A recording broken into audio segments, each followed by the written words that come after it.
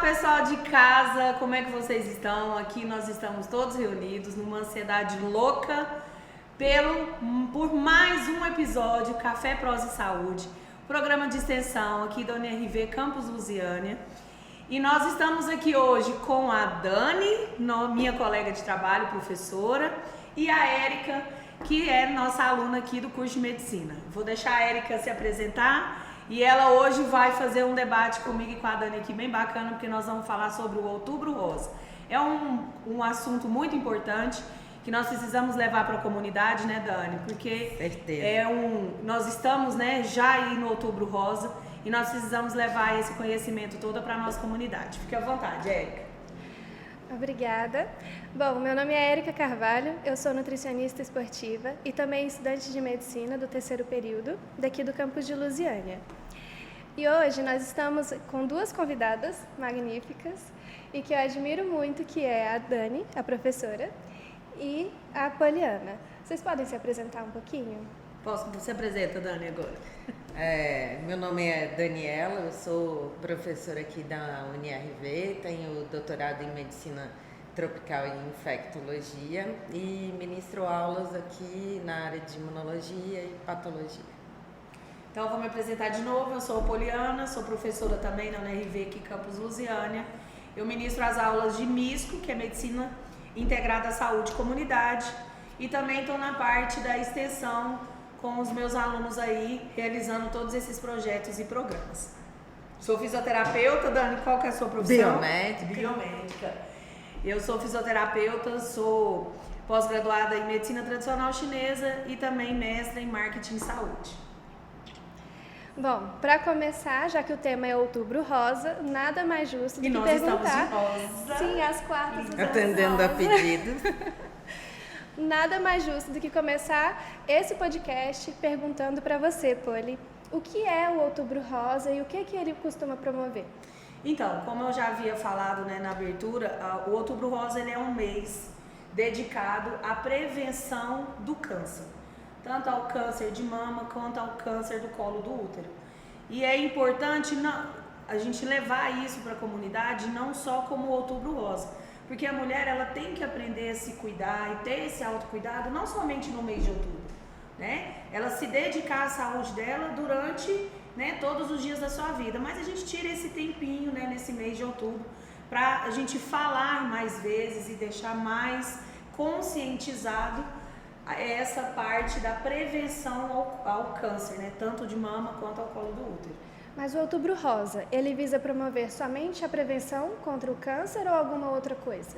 A prevenção e os cuidados, né, para quem já tem, né, o câncer, para quem faz o tratamento, entender mais um pouquinho como funciona esses tratamentos, o pré, o pós, né, então é de uma forma o cuidado da saúde da mulher.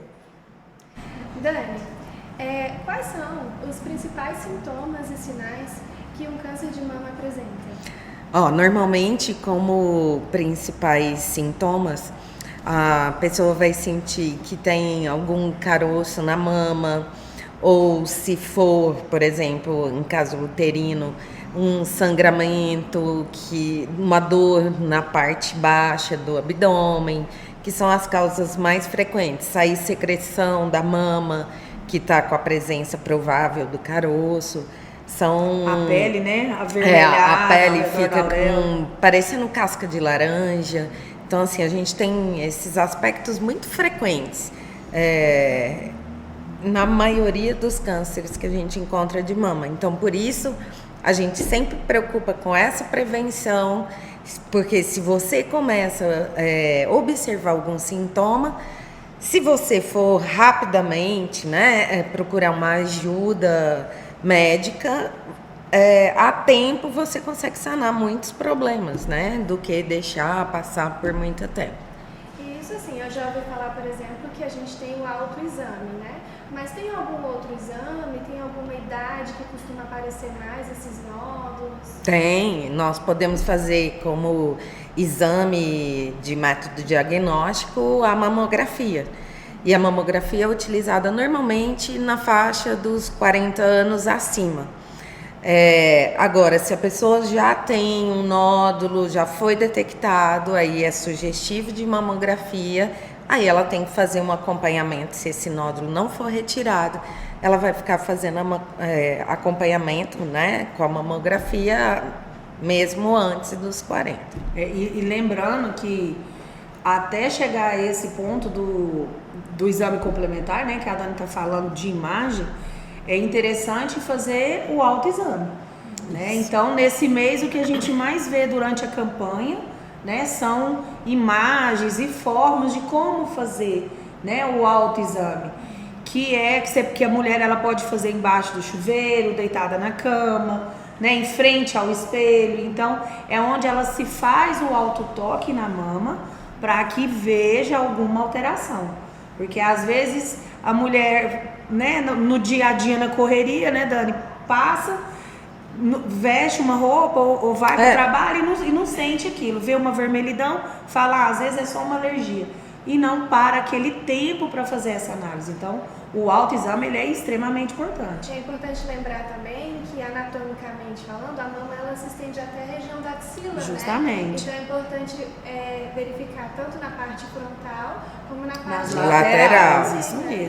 Isso mesmo. Ainda mais porque uma pessoa mais gordinha, né, com uma maior massa muscular e massa de gordura, com certeza, às vezes ela até confunde, né? Então é interessante que faça, que saiba como fazer esse autoexame. E pessoas que têm a mama mais avantajada, isso, tipo a gente, as glândulas, quando está em período próximo da menstruação, a glândula fica bem aumentada, né, perto do período fértil. Então ela fica bem aumentada e aí você tem uma sensação que aquilo é um nódulo. Então, se você não tiver a frequência, né, de verificação, você não vai perceber quando é de quando não é.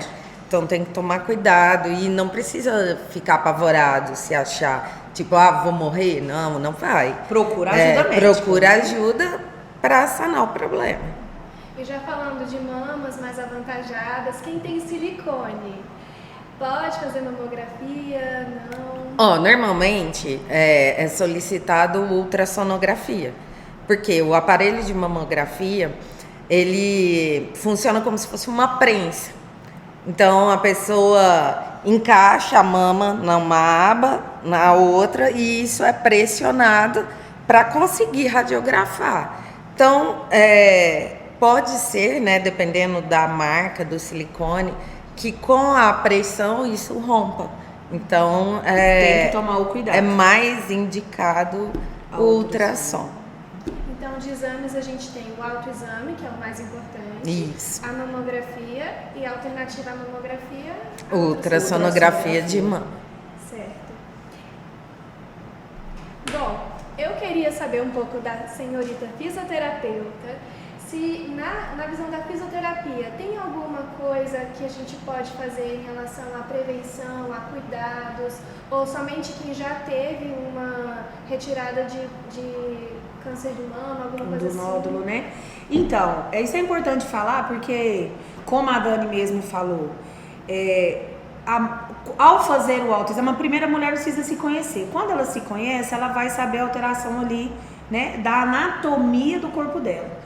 Então, o que acontece muitas vezes é a mulher, quando ela está fazendo a prevenção, né, que é esse autocuidado, esse autoexame, às vezes ela está, por exemplo, com uma bursite no ombro, às vezes ela tem um encurtamento, né, de ligamentos e tendões, e às vezes ela não consegue nem elevar o braço para fazer o autoexame. Então, o que pode ser confundido, às vezes, ela fala, meu Deus, eu não consigo nem fazer, ou às vezes, nela fazer a palpação, ela acha algum, né, às vezes, nódulo ali, e não é um nódulo da mama, não é da glândula mamária, às vezes muscular, de uma capsulite, de uma bursite. Então, ela tem que saber anatomia, ela tem que conhecer, né? Então, já aconteceu isso, inclusive, com algumas pacientes nessa preocupação em fazer o autoexame e achar que era da glândula mamária, e não é. Era um problema, né, ósseo-muscular. Agora, durante o tratamento, para quem já foi diagnosticado, e isso é interessante, Porque todos os lugares onde, né, se fazem um tratamento, eles indicam fisioterapia pré e pós-operatório. Então é importante, porque a partir do momento que você tem um nódulo, que você faz uma cirurgia, ou você está indicado a uma cirurgia, você vai trabalhar com a parte toda da drenagem do seu corpo, né? Principalmente na região de tórax. Então é interessante que se faça um acompanhamento fisioterapêutico, perdão pela palavra, fisioterapêutico correto. Né? Então fazer sim um alongamento correto, fazer uma drenagem, isso é interessante. Porque às vezes a paciente faz a mastectomia, tá? Faz o tratamento, retira o nódulo ou retira a mama, faz a mastectomia e de repente o braço começa a inchar. Né? E aí ela não lembra, ou às vezes ela não foi instruída, mas ela achou que não seria necessário fazer esse pós-operatório. E ele é extremamente necessário que se faça. Certo. Tem mais alguma coisa que vocês queiram acrescentar antes da gente ir para o melhor momento, que pra mim é o melhor momento, é o momento da descontração? Pode falar, Dani, um pouquinho que vai cair na prova depois dos nossos alunos aí deixa também. eu pensar aqui. Bom, pessoal, uma outra coisa que a gente tem que guardar, né, assim como importante, é que a gente tem que aprender a se tocar na mama, porque muitas pessoas têm vergonha de se tocar. Às vezes não tem vergonha do parceiro, mas tem vergonha de si mesmo.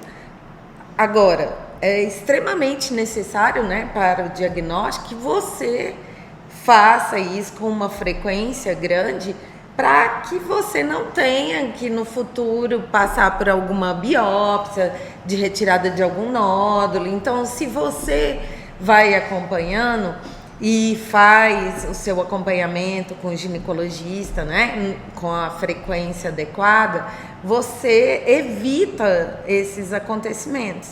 Então, assim, vamos nesse momento, né, perder a vergonha de encostar na mama e procurar realmente se tem algum nódulo e apertar, né, o bico do seio para ver se sai alguma secreção, porque alguns casos de secreção pode estar associado, mas nem sempre vai ser por causa disso. Tem outros fatores que vão estar relacionados. E uma outra coisa importante, que às vezes aparece uma textura diferente, não fique apavorado, porque tem mulheres que fazem depilação, por exemplo, dos pelos que nascem em volta da auréola, e às vezes algum pelo infecciona e vai ficar com o aspecto avermelhado, e não desesperar nesse aspecto. Apenas se realmente tiver extenso, endurecido, quente, aí você pode começar a ter uma preocupação maior. Então, na dúvida, procura o médico sempre. E o histórico familiar que é importante, né? Muito. O histórico familiar é importante. Às vezes o pessoal fala, mas a minha avó, a minha tia, mas faz parte do histórico familiar. Então é importante fazer isso, sempre estar fazendo esse rastreamento. Né? E nós mulheres, a Dani falou dos exames, né?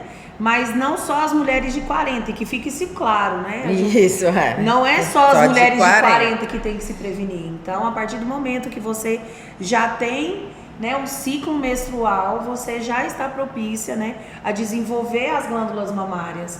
Então é necessário que se faça. Então não vamos ficar com a cabeça só nas tias de 40, nas quarentonas não. Gente. Nós vamos pensar nas novinhas. Então as mães aí com as filhas adolescentes, né, com uma irmã ou uma colega, né, que seja mais nova, é importante estar levando essa informação.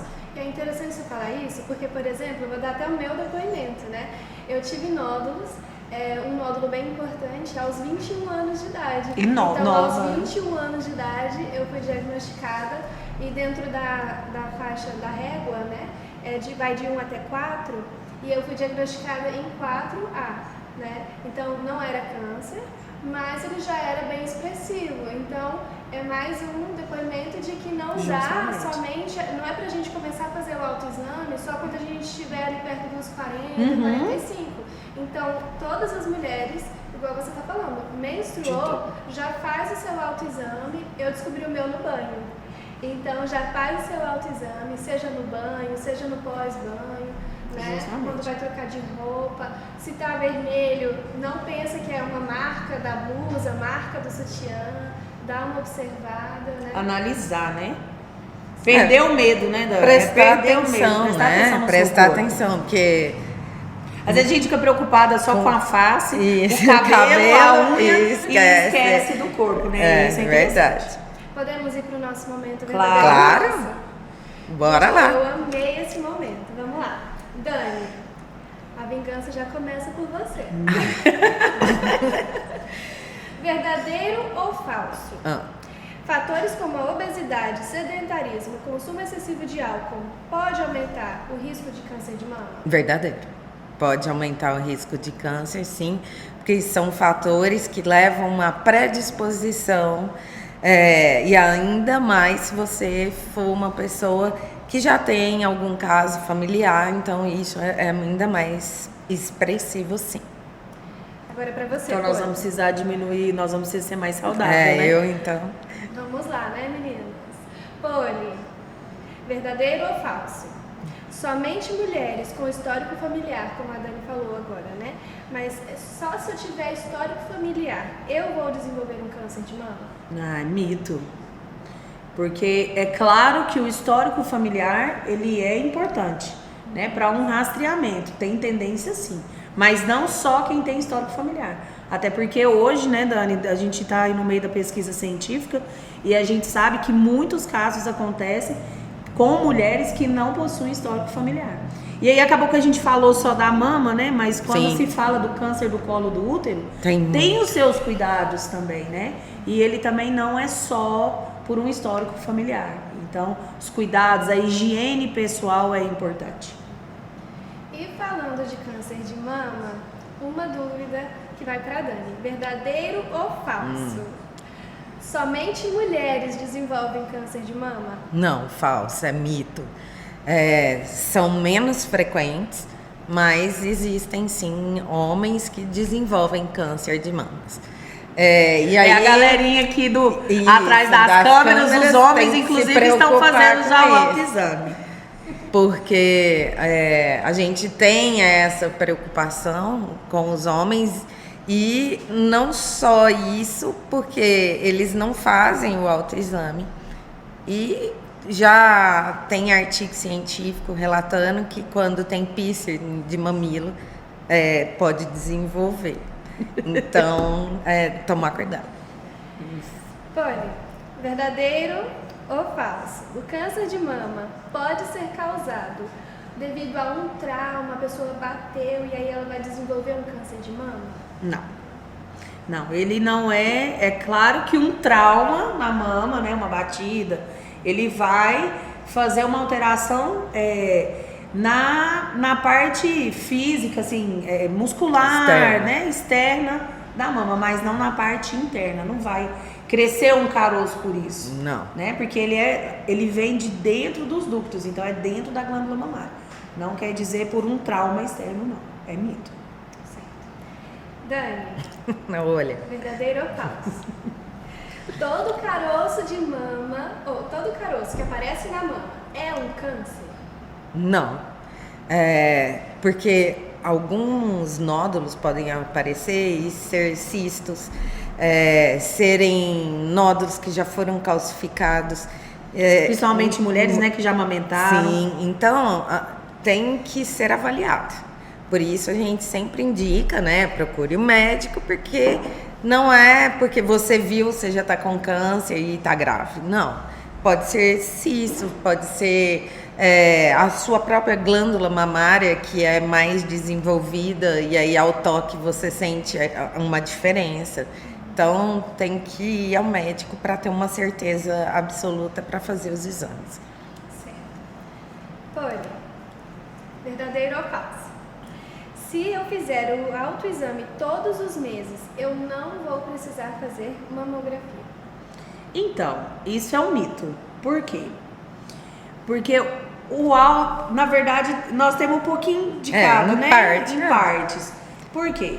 Se eu faço o autoexame todo mês e não estou avaliando, não estou detectando, percebendo nada, eu não preciso completar. Mas não quer dizer que eu não preciso ir com frequência, ou pelo menos uma vez ao ano, numa profissional, né, numa ginecologista, para que ela também faça uma análise.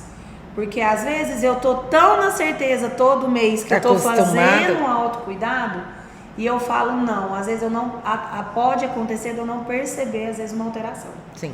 Interna, né? Então assim, é claro que o autoexame é extremamente importante, mas nem por isso você vai ficar um ano e abandonar o seu tratamento, né, tradicional, que é procurar também um médico, né, para que ele reforce também esse exame físico e o complementar. E para fechar com chave de ouro, a última pergunta é para você, Dani. Imagina. A terapia hormonal que está tão em alta, né? Ela é capaz, assim, de aumentar o risco do desenvolvimento do câncer de mama? Aumentar, não. O que normalmente pode acontecer é, se você já tem algo, ele vai aumentar com a presença do hormônio. Mas se você já fez seu exame, já viu que você está tudo bem, que não tem nada, não tem problema algum você fazer o uso dos hormônios. Lembrar que hormônio quem prescreve é médico, não é na academia. Isso, não é a auto-aplicação do hormônio. Não é anabolizante. E agora eu vou sair um pouquinho do script, porque não foi combinado com ninguém. Amém. Mas, meninas, eu gostaria muito que vocês deixassem uma mensagem para as mulheres em relação ao Outubro Rosa. E principalmente aquelas que diagnosticaram o câncer de mama. O que eu tenho a falar é que não fique desesperada, que é algo que a gente consegue, né? Na medicina tem solução, tem cura. E eu sempre indico que você não só procure um médico, né, para resolver esse problema, mas procure um acompanhamento psicológico, para você não sentir ruim, porque no passado, né, se falava muito, se você tem câncer, você vai morrer. Então, as pessoas internalizam isso e isso não é uma verdade. Então, chamar a atenção que nem tudo está perdido, pode procurar os serviços que vai dar tudo certo. Eu faço minhas palavras da Dani e complemento falando que para quem já foi diagnosticada, né, e passa por esse momento ou já passou por esse momento, não desistir de você.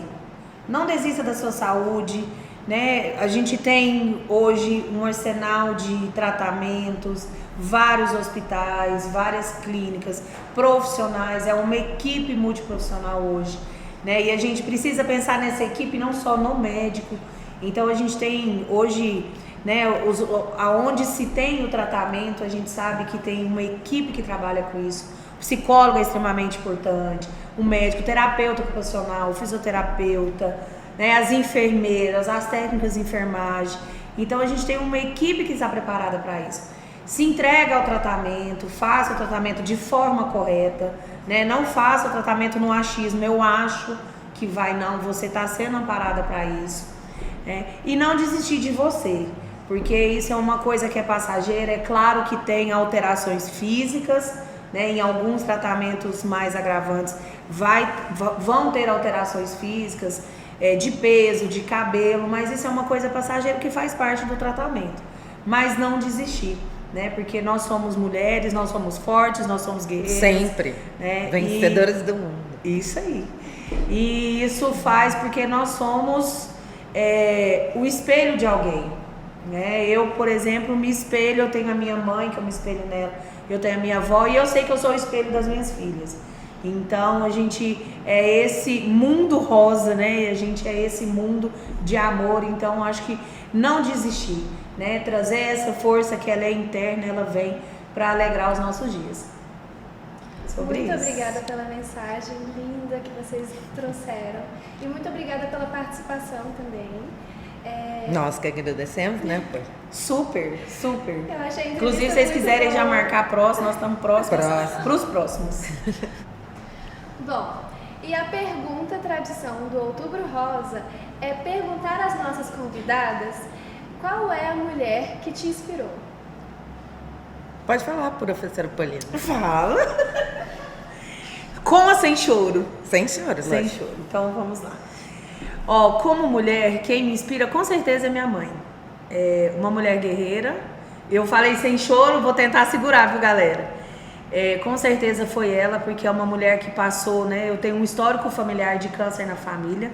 Não do câncer próximo, não do câncer de mama, né? Eu perdi o meu pai pro câncer. Então minha mãe, durante esse tratamento do meu pai, a minha mãe descobriu o câncer. Que foi um câncer da tireoide, não foi o de mama, mas não deixou de ser um câncer, né? Então, assim, foi um momento que ela me inspirou muito, porque ela fez justamente essa mensagem que eu falei, ela se cuidou. Além dela cuidar, ela se cuidou, então ela me inspira muito. E não posso deixar também de falar da irmã dela, minha tia Marli, minha madrinha Marli, que passou pelo tratamento do câncer de mama. E foi bem avassalador o câncer dela, e hoje ela tá aí forte e curtindo com a gente. Então são duas mulheres que realmente me inspiraram nessa, quando eu trago para essa parte da saúde da mulher, quando eu trago para essa parte do autocuidado, de ser uma mulher empoderada, de ser uma mulher que não desista do que eu quero, né, que eu corro atrás dos meus sonhos. E é essa mulher, essa inspiração que eu tenho delas que eu quero ser para as minhas filhas. E você, Dani? Sem choro. Não vou chorar não, eu tô pensando. Eu falo assim que todas as mulheres de forma geral me inspiraram. Na minha família, graças a Deus, eu não tive nenhum caso, né? Eu mesmo tenho um nódulo, mas o nódulo ele é acompanhado desde os 35, eu tenho 47, então tá já calcificado, tá tranquilo. Só que todas as mulheres, de forma geral, assim, que cada um na sua essência, ela tem algo pra gente aprender, né? Sejam as que sejam de classes inferiores, sejam de classes mais abastadas, seja de cores diferentes, né? Então eu vejo assim, ó, cada mulher na sociedade ela tem sim algo para passar pra gente, para servir de inspiração. Eu não vejo falar assim, ó, uma mulher de forma específica, eu estaria sendo injusto com a minha mãe, com as minhas tias, com a minha avó, então eu prefiro generalizar e falar assim que pensar que, por exemplo, você me inspira. Porque se eu me preocupar que um dia eu possa vir ter, eu falo, não, eu tô 47, mas a Érica tinha 20 e pouco, então, e ela tá firmona, tá aqui fazendo medicina. Então, eu vejo assim, de forma geral, todos me inspiram. Bom, duas mulheres me inspiram. E por causa delas eu estou aqui, porque não sei se vocês sabem, mas eu decidi fazer medicina e nutrição muito nova. Eu tinha uns 9 anos de idade. E eu sempre fui muito determinada, né? Até hoje. Sim. Mas eu, em uma tarde, sabe quando tem aquele filmezinho bem específico? Em uma tarde, a minha avó estava lavando a louça e ela tinha diabetes, pressão alta, um monte de problemas de saúde, né? E aí eu olhei pra ela e falei assim, vó, um dia eu vou ser médica e nutricionista para cuidar da senhora. Ela infelizmente veio a falecer pouco tempo depois, mas uma outra mulher, por ela eu vim e estudei tudo que eu tinha para estudar. E fiz tudo que tinha para fazer até chegar aqui, e até aqui ela hoje é a mulher que me dá o maior suporte, que é a minha mãe. Então as minhas duas mulheres que me inspiraram e me trouxeram até aqui foram a minha avó e a minha mãe. Que lindo. Isso é bom. Sim, quando a gente tem na família, né? Assim, é muito... E o que a Dani falou também, né? A gente tem, claro, esse laço, mas cada uma, né, de uma forma isso traz uma inspiração diferente, de formas diferentes. Bom, olha, nós seguramos o choro, viu, cheio galera? de emoção, mas lágrimas. Eu segurei. Bom, meninas, muito obrigada por esse bate-papo. Para mim foi muito incrível participar. E eu gostaria de oferecer a vocês um momento de mandar um beijo. Eu me senti no show da Xuxa. Se promover nas mídias sociais, falar no Instagram, alguma coisa assim. Então podem ficar à vontade. Claro, você quer começar? Eu quero mandar um beijo para a professora Poliana. Eu também mando a Dani. E agradecer. Pra quem não sabe, nós somos amigas de décadas. De muitos anos. De muitos anos. Então, eu quero mandar um beijo para todos os nossos alunos da UniRV, para toda a coordenação, para todos os campos UniRVs e falar que sempre estaremos aqui à disposição.